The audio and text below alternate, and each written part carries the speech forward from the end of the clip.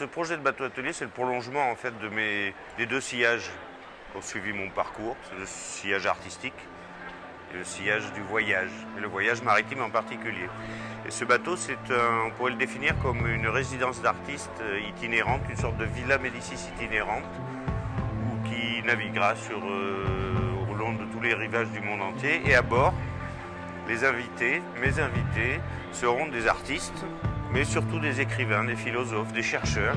Et tous ces gens seront là pour travailler à bord, pour publier, pour créer des films, des webdocs. Et nous serons en contact interactif avec des centaines, voire des milliers d'écoles en permanence. Alors au long des rivages, nous nous arrêterons et nous inviterons des écoliers à venir à bord pour les mettre en contact avec d'autres écoles. J'ai testé moi personnellement dans mon atelier à toute petite échelle depuis des années. Je reçois des écoles où je me rends dans des établissements et à travers mon travail, qui est un travail qui est accessible à tous et parle de l'autre justement, à travers des dessins, des photographies, des films, des écrits. Et j'ai eu des retours déjà très favorables, surtout auprès des élèves qui sont rétifs à l'enseignement conventionnel.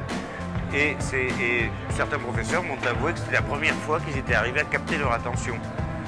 Nous avons, avec l'école de Sciences Po de Toulouse, l'IEP de Toulouse, on a développé un petit peu plus ce projet éducatif et nous avons sélectionné, enfin Sciences Po a sélectionné 3 écoles, une école et 2 collèges avec lesquels j'ai été en direct pendant 2 mois.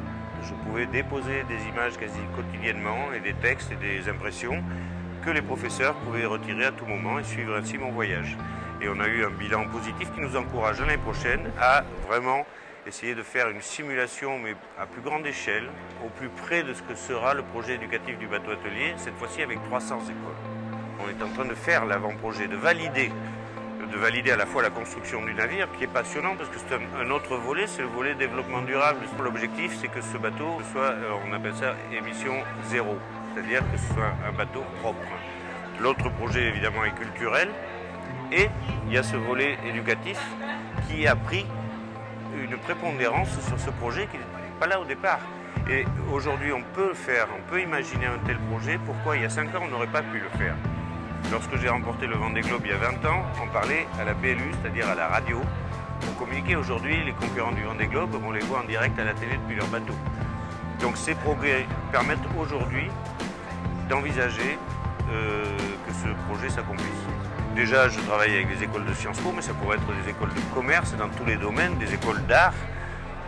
Et comme j'aime beaucoup, comme vous l'avez remarqué, travailler avec des jeunes et des moins jeunes, ça va des écoles primaires jusqu'à l'université, et bien voilà, on en profite pour lancer un appel à participation.